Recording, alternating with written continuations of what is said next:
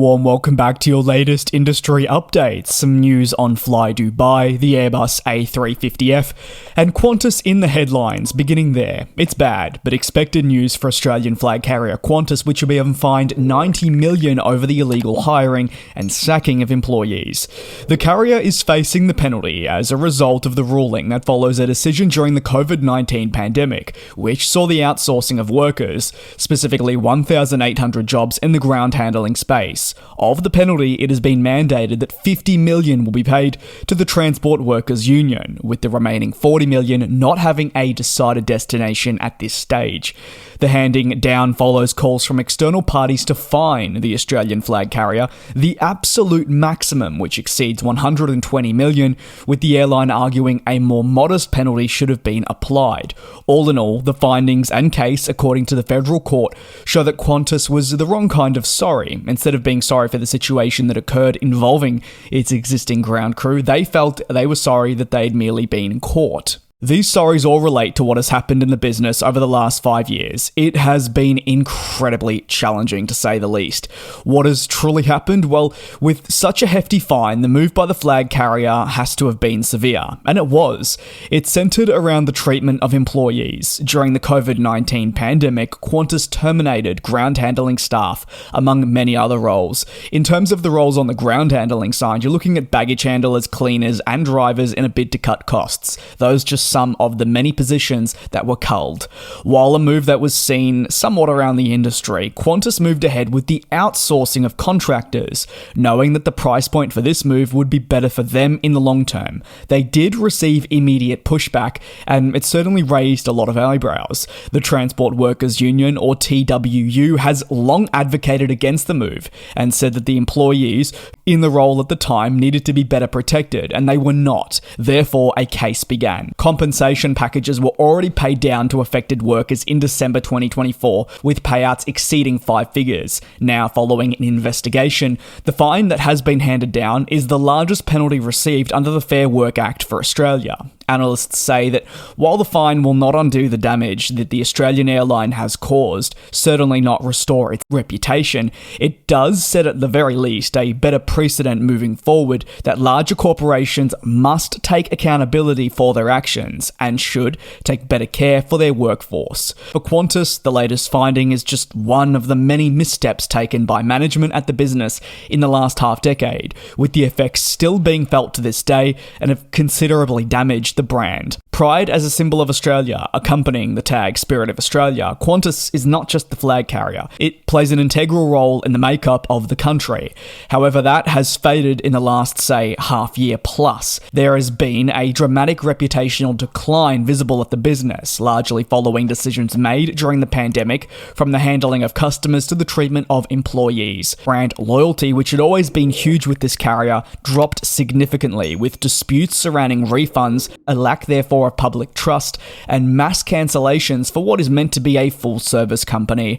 Qantas's problems emerging from the pandemic continued, with high prices, trust dropping further, operational reliability concerns, lost baggage, and so much more, which pushed customers away, and competitors have only looked to increase their flying into Australia to try and take a hold of potential new market opportunities. Over to the next story, where FlyDubai has published significant updates surrounding its future after experiencing a solid 2025 thus far. FlyDubai taking delivery of 7 new aircraft in this year alone, all for the MAX family. It really has grown its reliance on the program. However, deliveries are not expected to quieten down. According to current forecasting and guidance from the American manufacturer Boeing, there are a further 5 of the 737-8 model expected to join before the end of the year. FlyDubai has placed emphasis on the development of its network, particularly in the expansion of markets that were not previously connected by its own services, and as you would imagine, having more aircraft join the business will make this possible. Additionally, the benefit of more MAX jets would be evaluated to determine if higher capacity is required in existing markets, which may see more seats on a daily or weekly basis. Once more, having more aircraft gives the company the opportunity to do this.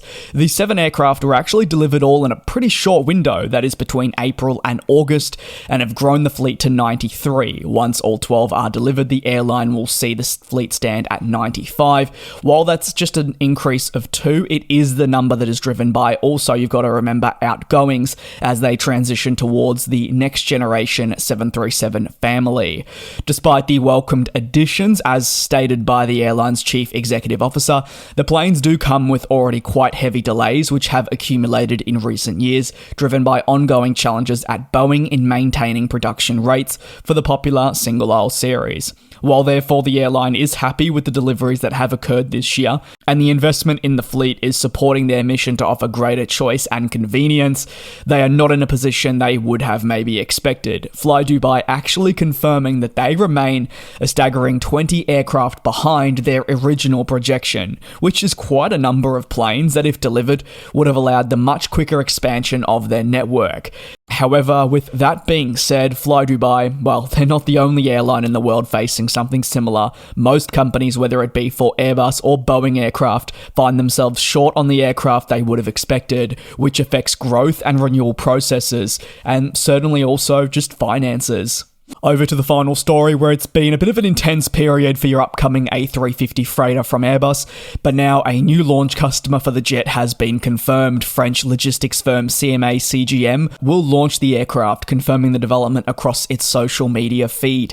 Under current forecasting, the firm would hope to take delivery of the A350F sometime in the second half of 2027 based on their latest estimates, thanks to guidance as well coming from the European manufacturer.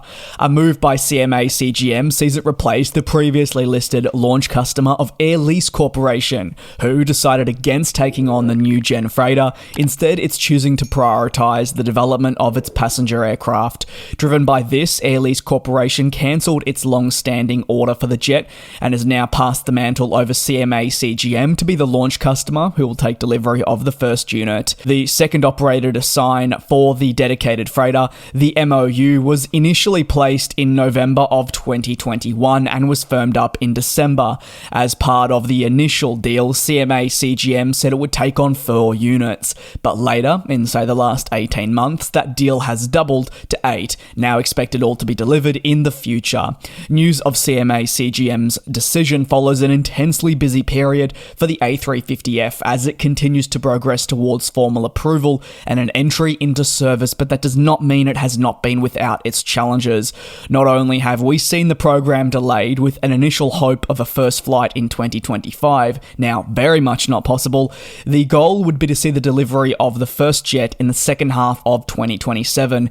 Additionally, we have seen 2 order cancellations, one from the aforementioned Air Lease Corporation, but on top of there, Air France KLM confirming that its freight company of Martin Air has trimmed its future backlog by 1 unit. This revealed in July's orders and deliveries sheet.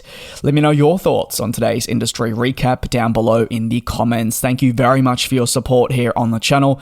Please take care, and I'll see you same time, same place for your next industry recap tomorrow.